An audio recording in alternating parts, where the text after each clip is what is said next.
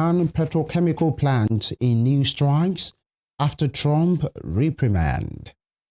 Good afternoon and welcome to Spring News at 12 on Western Spring Television. I am Femi Ojo. The presidential candidate of the African Democratic Congress, Atiku Abubakar, has welcomed report of the rescue of 360 people abducted by terrorists in Ingoshe, Borno State, while calling for renewed efforts to secure the release of other victims still being held by kidnappers and insurgents across the country. Troops of Operation Hadinkai on Saturday confirmed the successful rescue of 360 abductees from the Mandara Mountains, a notorious terrorist enclave in the southern part of the state. In a statement on his X handle this morning, the former vice president described the development as a relief for the victims and their families who had endured months of uncertainty since the abduction occurred in March. While commending the military and other security agencies involved in the operation, he expressed confidence that the nation's armed forces could defeat insurgency if adequately equipped and supported by strong political leadership. He further urged the government and security agencies not to relent in efforts to secure the freedom of other abducted Nigerians, including school children and teachers reportedly kidnapped in Orire, Oyo State and Borno State. The former vice president also called for reforms to Nigeria's security architecture, stressing the need for greater reliance on intelligence gathering, technology, and preventive measures. In the meantime, the presidential candidate of the Nigeria Democratic Congress, Peter Obi, has warned against a growing trend of linking criminal activities to ethnic groups, describing such narratives as divisive and harmful to national unity. In a post issued on his X handle this morning, the former Anambra State governor said Nigerians should resist the temptation to judge entire communities by the actions of a few criminals, stressing that crime has no ethnic identity.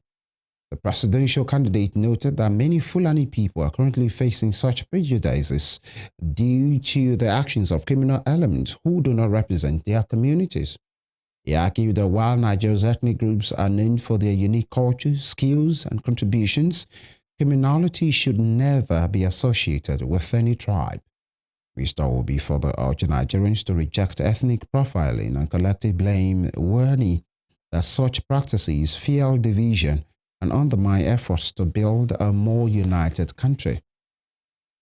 And still with security, President Bola Tinubu has reaffirmed the federal government's determination to defeat insecurity and secure the release of all persons held captive across the country. Tinubu, represented by the Secretary to the Government of the Federation SGF, Senator George Akume, stated this on Sunday during the National Interdenominational Church Service held at the National Christian Center Abuja as part of activities marking the 2026 Democracy Day. Senator Akume, who delivered the President's message, congratulated Nigerians on 27 uninterrupted years of democratic rule since 1999, describing the milestone as a testament to the resilience, commitment, and sacrifices of citizens who fought for the restoration of democracy.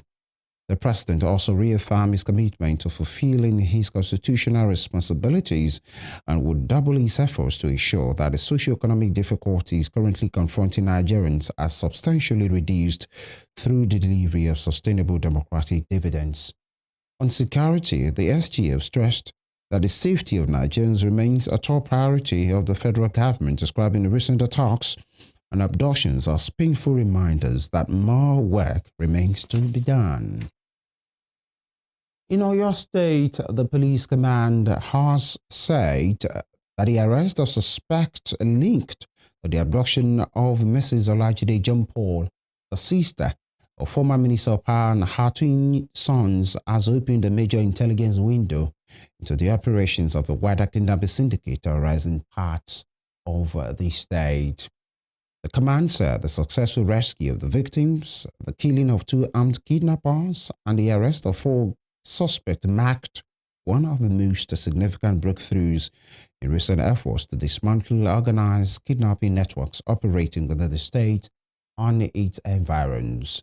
Addressing journalists in Ibadan, the Commissioner of Police, Abimbola Olubenga, said the operation was jointly executed by operatives of the Force Intelligence, Department Intelligence Response Team, the State Police Command, and other tactical units of the police force. He disclosed that the arrest of the principal suspect has provided investigators with critical intelligence and a major breakthrough into the activities of a wider kidnapping syndicate. So what is there is that you have seen that this house is within premises.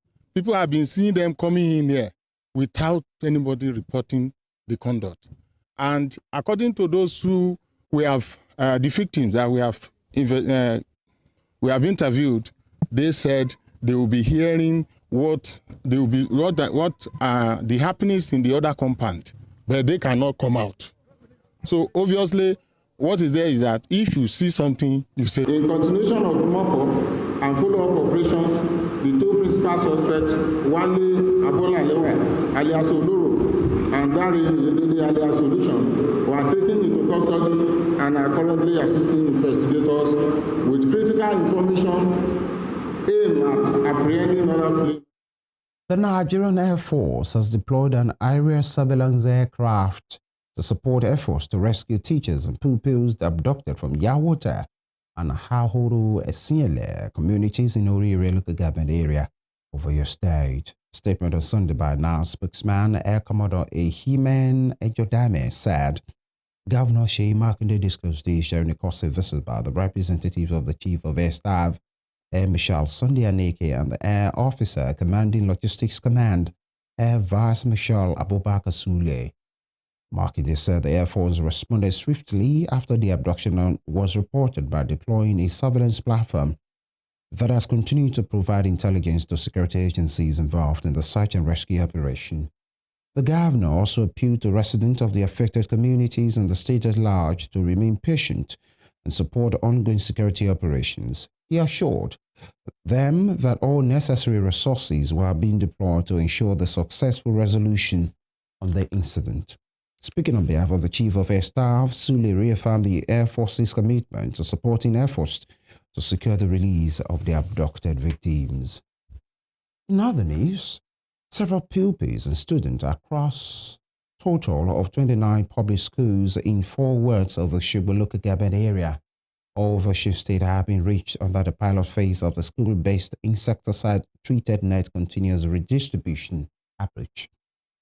These forms part of efforts by the National Malaria Elimination Program, the Osun State Ministry of Health, Catholic Relief Services, the Society for Family Health, and other development partners to protect families from the devastating effect of malaria. While speaking to journalist John Ocholi from the Society for Family Health, described children as change agents in their families, while the disease fund manager at the Global Fund Secretariat in Geneva, Kanini Waiter, said the school-based distribution approach has worked well in other countries, including in Ghana. According to officials, the school-based insecticide-treated net continuous distribution approach targets primary 1 and 4 pupils, as well as JSS1 and SS1 students. Today we are in one of the schools in Osun State, Osogbo local government to be precise, where we are implementing the piloting of the school-based continuous distribution of ITN. So this program gives us opportunity to give nets to children in school. We're believing that children are very good change agents, and that when you give them the nets and they use them at home, it will help us to limit the incidences of malaria. Malaria is a very strong disease that have affected school attendance, affected a lot of things in the community. So when we do this, we're able to have protection for the children.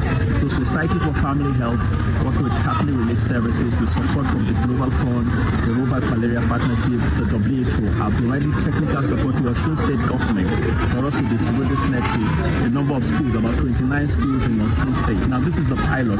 We are hoping that later we can scale up this. And in addition to this school-based distribution, nets are being distributed to households also across the state for people to use it. Now the call is When you get the net, place straight in the shade for 24 hours and then hang it over your sleeping space and sleep inside it every night so that we can reduce the bite of mosquito. That way, we reduce the incidence of malaria in the state and we can push malaria out of our system and out of Nigeria. You're watching Spring News at 12 on Western Spring Television. We will be right back after this break. Please stay with us.